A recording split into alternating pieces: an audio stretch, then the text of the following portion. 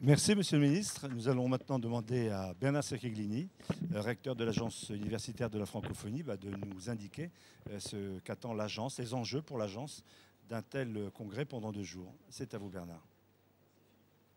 Monsieur le ministre de l'Enseignement supérieur et de la Recherche, Madame la représentante du recteur de l'université Cheikh Anta Diop de Dakar, Monsieur le président de l'Agence universitaire de la francophonie et cher Abdelatif, Mesdames et Messieurs les membres du corps diplomatique et amis de la francophonie, Messieurs les recteurs, Mesdames les directrices, Messieurs les directeurs, Mesdames les présidentes et Messieurs les présidents, Mesdames et Messieurs les doyens et doyennes, chers professeurs, chers étudiants, chers collègues. Chargé de l'exécutif, il me revient d'introduire très concrètement ce colloque pragmatique et pratique. Je le fais avec joie et avec plaisir. Joie d'abord de me retrouver au pays de la Teranga où j'ai tant d'amis.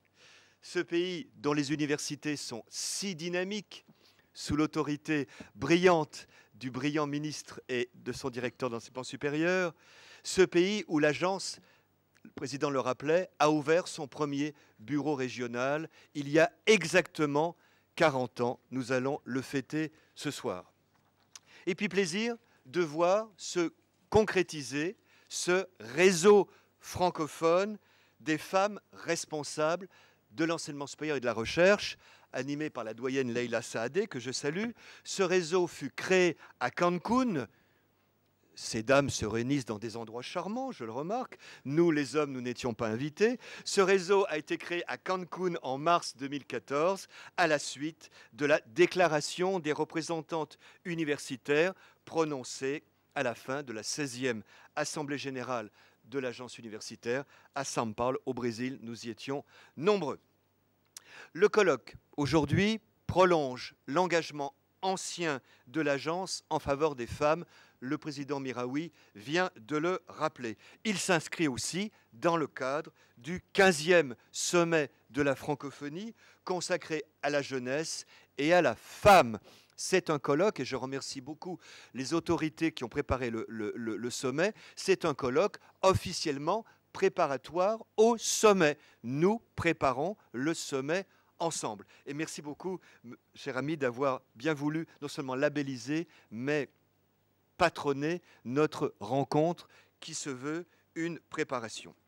Dans le titre « Femmes universitaires, femmes de pouvoir », point d'interrogation, le titre interrogatif n'a rien de provoquant. La première partie est naturelle, il y a des femmes universitaires. La deuxième relève d'une réflexion à la fois sociologique, métaphysique et politique. Il s'agit de répondre à la question suivante. Le talent, le diplôme universitaire et les compétences acquises à l'université suffisent-ils pour qu'une femme accède à des postes de responsabilité à l'intérieur ou à l'extérieur de l'université? Dans le cas contraire, et je crois que malheureusement nous devons répondre par la négative, quels obstacles rencontre-t-elle et comment y remédier? Ce colloque se place sous le signe du comment. Sans vouloir anticiper sur vos débats, je suis tenté de répondre qu'en dépit de quelques avancées ça et là, et le Sénégal en est un très brillant exemple, le chemin à parcourir pour atteindre la parité homme-femme dans la responsabilité de l'enseignement supérieur est malheureusement long et semé d'embûches. Les chiffres parlent d'eux-mêmes, vous les connaissez. En Tunisie comme en Algérie, 5% seulement de femmes présidentes d'établissement, 7% au Maroc, 8% en Belgique, 14% en France, alors que plus de 50% des étudiants sont des étudiantes. Et même majoritairement, même dans certaines écoles d'ingénieurs au Maroc, le président le rappelait. Seul le Québec affiche un taux de 33%, ce qui n'est pas tout à fait la parité. Les mathématiciens de la salle l'ont déjà remarqué. Un plafond de verre recouvre donc la francophonie universitaire. Pour les postes de responsabilité administrative, il est intéressant de consulter un rapport récent de l'UNESCO sur les responsabilités dans la recherche scientifique. Les choses ont bougé vivement.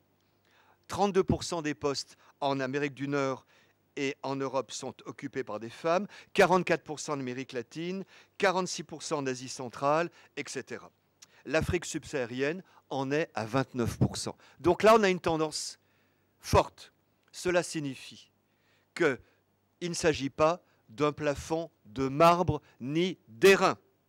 Une politique active, décidée, et on vient d'en avoir un très bel exemple, est possible et pour faire bouger les choses. Mesdames et messieurs, voilà donc enfin notre rencontre organisée de longue main, et je tiens à féliciter celles et ceux qui ont organisé ce colloque sous l'autorité de notre cher secrétaire général.